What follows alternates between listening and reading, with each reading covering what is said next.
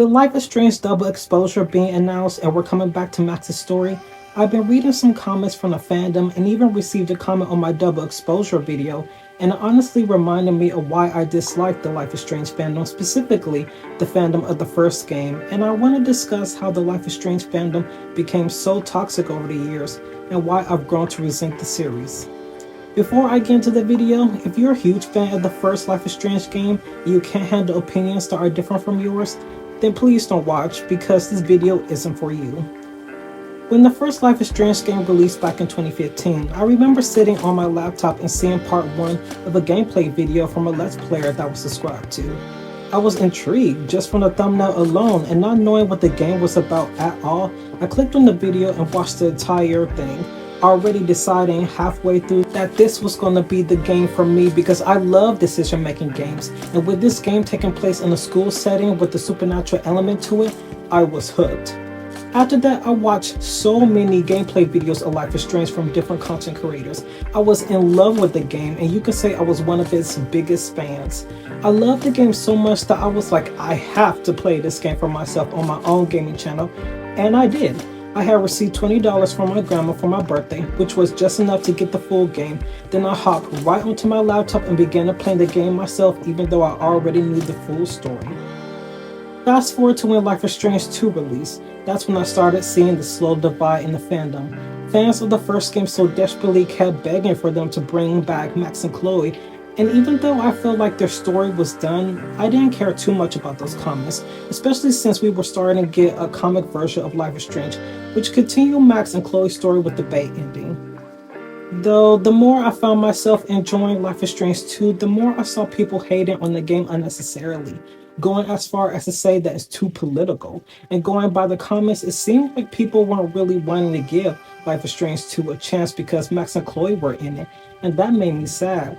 That's when I really saw the big divide between the community, and that's when I found myself slowly drifting away from the Life is Strange 1 fandom and just Life is Strange as a whole.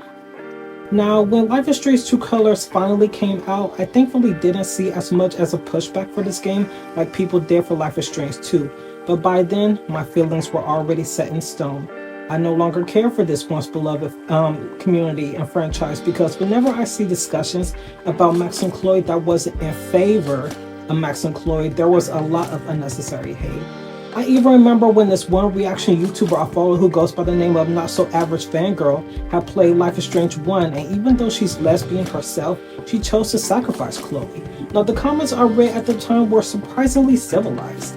I didn't see not one person hate on her choice to save Arcadia Bay, but then when I checked out her Twitter account, I saw a quote tweet where someone basically had a meltdown, saying that they didn't understand why a lesbian would not choose to save Chloe, and I just clicked off and stepped away. Now, with Double Exposure coming out, I made a video discussing my thoughts on the story. I discussed how I felt about them bringing back Max, I discussed why I felt like it wouldn't make much sense to bring Chloe back, and I mentioned that the devs themselves don't believe either ending is canon. But for the most part, I felt like I was being civilized. But naturally, no matter how nice you are, people will still find a way to push back against you if you say anything bad about Max and Chloe. And that was the type of YouTube comment I got on my video, where the person basically said they didn't care that I didn't want Chloe back, and that I wasn't being respectful towards the people who wanted Chloe back.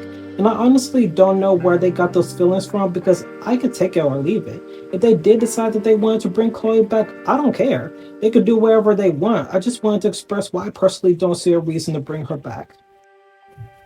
Overall, just like any other fandom, it can become toxic, and I've been taught to not let one monkey stop the show and just enjoy what you want to enjoy, but it's hard when as soon as I open up my mouth about my feelings towards Max and Chloe and their story, I'm immediately met with hatred, like I personally went inside the game, stole Nathan's gun, and just ended Chloe's life myself. I just don't understand why I can't have a different opinion online these days without being met with hate like I insulted y'all's parents. This is why I've grown to resent the Life is Strange fandom and just the franchise as a whole. Regardless, this series still holds a special place in my heart, and it always will. I even consider getting a tattoo symbol of the first game because that's how much I really enjoyed the franchise. But I don't love it as much as I did in the beginning, especially with the first game. Let me know y'all's thoughts. Do you feel the same way as me? Subscribe for more videos like this where I discuss video games, and follow me on Instagram for behind the scenes content. Bye for now.